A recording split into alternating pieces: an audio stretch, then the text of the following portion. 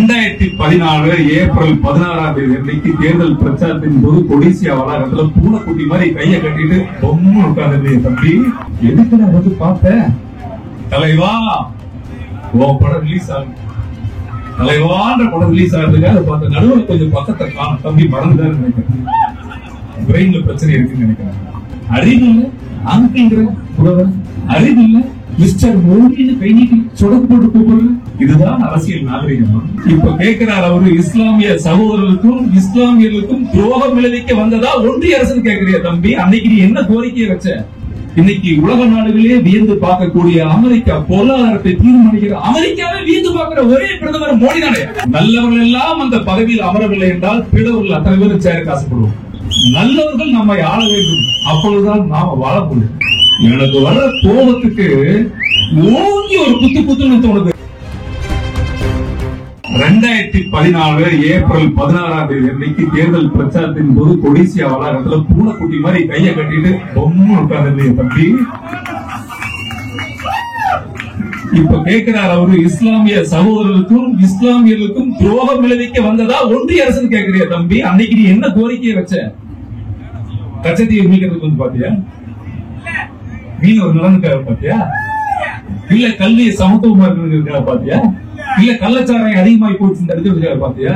எதுக்கு நான் வந்து பார்த்தேன் தலைவா உன் படம் ரிலீஸ் ஆகும் தலைவான்ற படம் ரிலீஸ் ஆகிறதுக்காக பார்த்த நடுவில் கொஞ்சம் பக்கத்தை காணும் தம்பி மறந்துதான் நினைக்கிறேன் பிரெயின்ல பிரச்சனை இருக்குன்னு நினைக்கிறேன் அறிவில்லை அங்கிற புலவர் அறிவில்லை மிஸ்டர் மோடின்னு கை நீட்டி சொடக்கு போட்டு கூப்பிடுறது இதுதான் அரசியல் நாகரிகம். மிஸ்டர் மிஸ்டர் கையை நொடிக்கும் போதெல்லாம் நான் ஒரு வாக்காளர் தம்பிகளா, நான் ஒரு வாக்காளர், நான் ஒரு குடிமகன். எனக்கு அப்பா யாருன்னு என்னை அவ்வளவுதான் பார்க்க. ஒரு நொடியும் நீ ஒழிச்சு கையெழுத்து சொல்லும் போதெல்லாம் எனக்கு ஒரு பெரிய வேதனை என்ன வந்ததுன்னா இன்னைக்கு உலக நாடுகளே வியந்து பார்க்கக்கூடிய அமெரிக்கா பொருளாதாரத்தை தீர்மானிக்கிற அமெரிக்காவே வியந்து பார்க்கிற ஒரே பிரதமர் மோடி தானே. நீ இப்படி இருந்தா அந்த பிள்ளைகள் எப்படி இருப்பாங்க? உன்னை நம்பி வந்திருக்கிறாங்க கண்டிப்பா எத்தனை லட்சம் பிள்ளைகள். இன்னைக்கு அரசியல் யாருக்கு வாக்கு போறோம்? யாருக்கு வாக்கு போறோம்? கவர்ச்சிக்காக வாக்கு போடுறீங்களா? கள்ளச்சாரம் விற்கிறவனுக்கு கோர்ட் இருக்கும், டெண்டர் இருக்கும். தயவு செய்து என்னுடைய அன்பு மக்களே, இது ஒரு விநாயகர் சதுர்த்தி விழாதான். ஆனால் இந்துக்கள் ஒன்று கூடுவதற்கும் இறையாண்மையை பாதுகாக்குவதற்கும் கலாச்சாரத்தை பேணியாக்குவதற்குமான ஒரு கூட்டம்.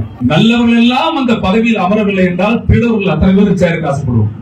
நல்லவர்கள் நம்மை ஆள வேண்டும், அப்பொழுதுதான் நாம வாழ முடியும். எனக்கு வர கோபத்துக்கு ஓங்கி ஒரு குத்து குத்துன்னு தோணுது. அதன் மூலம் வாக்குல குத்துங்க, வாக்கால் குத்தி ஒழிக்க வேண்டும். அன்பு வேண்டுகோள் மாறணும், மாற்றப்படணும். திரும்ப சொல்றேன், நல்லவர்கள் ஆள வேண்டும் என்றால் ஆளுநர் மட்டும்தான் நாம் நிம்மதியாக வாழ முடியும். இந்துக்காக, இந்திய இறையாண்மைக்காக உலகத்திலே எந்த இந்துவும் தீவிரவாதி இல்லை. உலகத்திலே நம் மதம் அன்பை மட்டும்தான் செலுத்த சொல்கிறது. ஏதாவது வெட்ட சொல்லுச்சா? ஒன்னு அடிக்க சொல்லுச்சா? அடுத்தவனை சீர்குலைய சொல்லுச்சா? அன்பை மட்டும்தான் சொல்லிக் கொடுக்குது. அதுதான் கட்டமைப்பு. 1000 கடவுள்கள் நமக்கு அம்மா, அப்பா, தாத்தா, சித்தப்பா, மாமா, மச்சாங்கிற மாதிரி 1000 விருதுகள் கடவுள்கள்.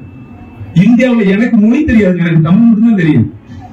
நான் மகாபாரதம் படிச்சது இல்ல, சிலப்பதிகாரம் படிச்சது இல்ல, கம்பராமாயணம் படிச்சது இல்ல, திருவாசகம் படிச்சது இல்ல, எனக்கு எதுவுமே தெரியாது.